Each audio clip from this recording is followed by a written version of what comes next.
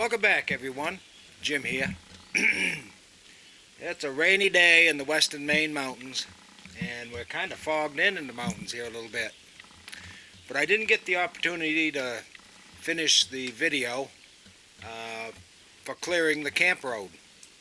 I did take down a lot of brush in the previous video and done my weed whacking, but I didn't get to do a final video.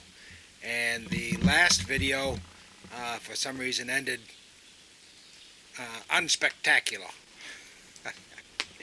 So I'm going to take you a walk down the road and show you it's a passable camp road. Somebody can come in here, guests can come in here and not worry about their car getting scratched. So that's an accomplishment. So let's go for a walk. You can see the everything's kind of fogged in, so I hope you can see. That old swing set's good for the for the grandkids. When I bought this property a couple of years ago, we rescued that. There was actually a 6-inch pine tree growing right up through the middle of it. But it's plenty good for the grandkids. The old camp that's here, been taken over by porcupines. And if I think of it, I'll throw some earlier pictures on here. But that old tree, if you can make it out there, was actually had landed on this house on the other side, put a hole in the roof. So there's a lot of there's some wall damage, a lot of sill damage. The house had been left vacant for so long that a lot of it rotted along the base. Coming up videos, I've got the wood-mizer. I'm going to be pulling some trees out of the forest here shortly, and I don't know if you can make out the Kubota in the background. I got the bush-hog because I got to actually go into the forest and clear up some of the old woods roads that are at least 30 years old, if not more. A lot of pines growing in there, 2-3 inches right in the road. I'm just going to mow them over. So that's an upcoming video. So let's go for a walk. I hope the camera's steady enough, but I still have to do the weed whacking around here. If any of you have ever seen Japanese knotwood, back in the 60s, this was probably planted as some type of ornamental shrub. Back then they didn't know how invasive it was. It is impossible, practically impossible to get rid of. You've got to cover it over with heavy paper and leave it there for a couple of years. The roots travel like nothing, but it's invasive as all hell. So we're taking a walk down the road here. You can see it's at least cleared back to the sides. I'm sorry if it's a little shaky. I'll try to hang on to the camera.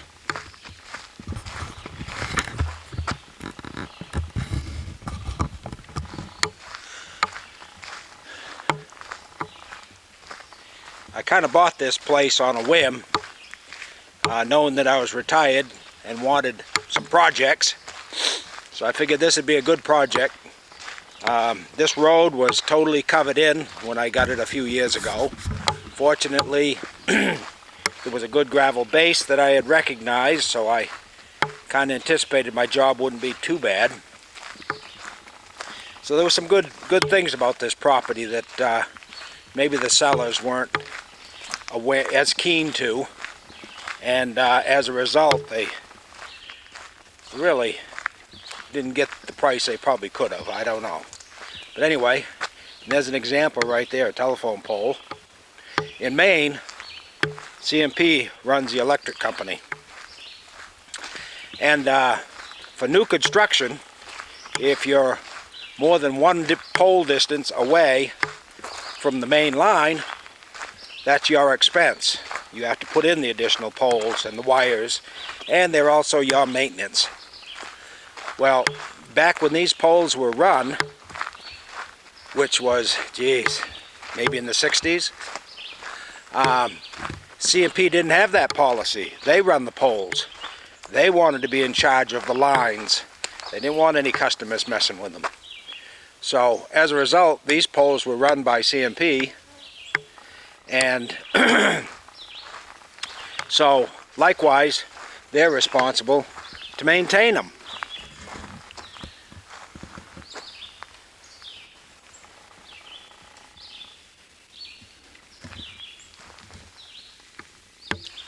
I got 3 poles going in the distance of this 800-foot driveway. And funny story, when they were hooking up the electricity, because there's a transformer at the end of the line up near the camp, all I had to do was run a line over to my power panel, and they were hooking up the electricity, and about a week before they showed up, this big poplar, I don't know if you can see it right there, but it's 12 or 13 inches diameter, fell down right over the lines and took them out. So before they could hook up the electricity, they had to fix it. Good, it's on their dime. Saved me some money. So anyway, you can see the brush now is cleared back to the edges, to the rock wall on the right, and it's actually a pretty good little drop off on the left, I'm sorry. So whoever put in this road, I don't know if they anticipated that, but they built right along the rock wall on the right, and there's actually another pile of rocks going along the left. So anyway, but once I had initially cleaned up all the brush, I was surprised to find a pretty good little gravel driveway.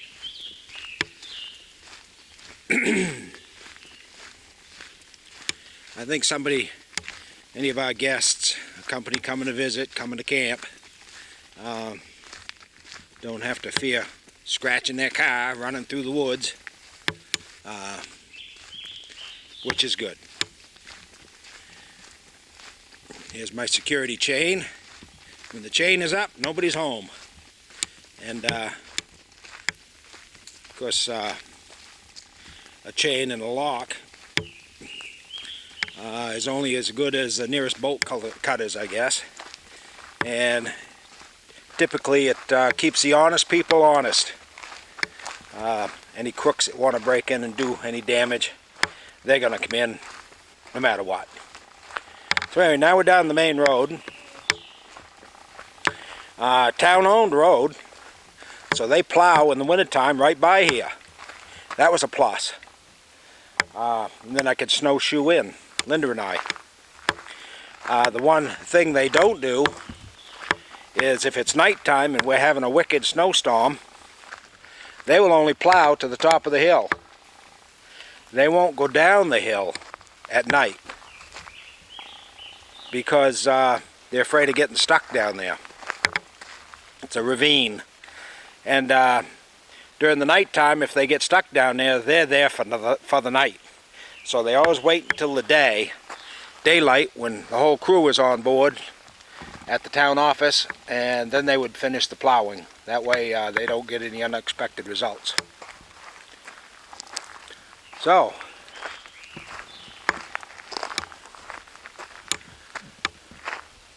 probably you could see got the place posted all around the 37 acres. I'm not a hunter. I love wildlife. Love to watch wildlife. We got some bears in the area. I didn't see them this year, but typically they come every spring about this time. And my game camera hasn't picked them up yet, so maybe they found a new path. Boy, it is foggy. And this is about 9 o'clock. Around noontime, they're predicting rain. And they're saying we got some kind of storm coming and it's going to be torrential rain. I'm not sure if that's in the mountains too, but oh well. So I'm happy with the road. I think it came out pretty good. I didn't put any gravel this year. Maybe next year. I'll touch it up with a little bit of gravel. I don't think I'm even going to run the box blade on it this year.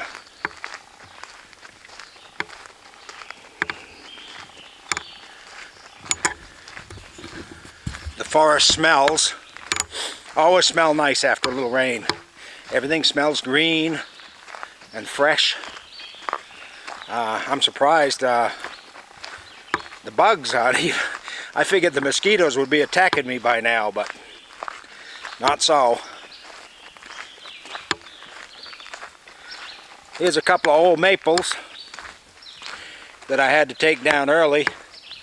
They're up off the ground, so they're drying out some. But sometime this summer I'm going to haul these up over the bank and using the forestry winch, and take them over to the sawmill and saw up this maple.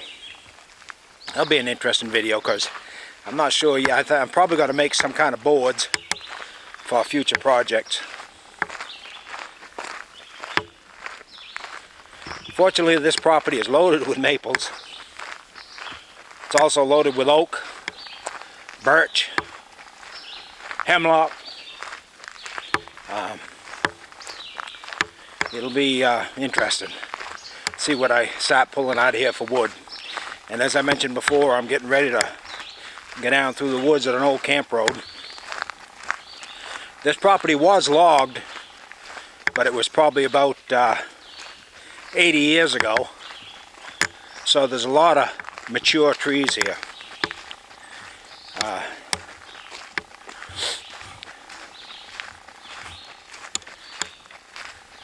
Alright, we're back to the campsite.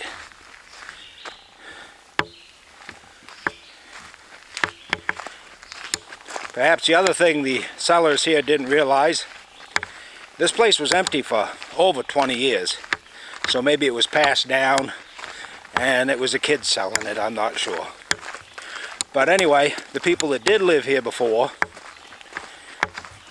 they put in a brand new septic system. So even though the house is crap, other than the beams, post and beam structure that this thing was built upon, the interior post and beams, there's a lot of those that I can save.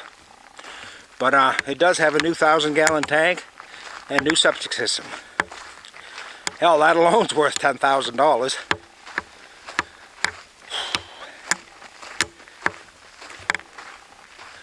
So, as I mentioned before, good retirement project.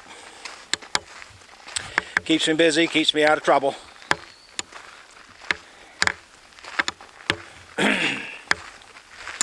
And someday, once I'm gone, maybe somebody can make a few dollars out of this place. Or continue the restoration, whatever. So, thanks for coming along with the walk with me. If you enjoyed this, please like and subscribe. And my next videos, I'm guessing, will be the bush-hog plowing down through the woods.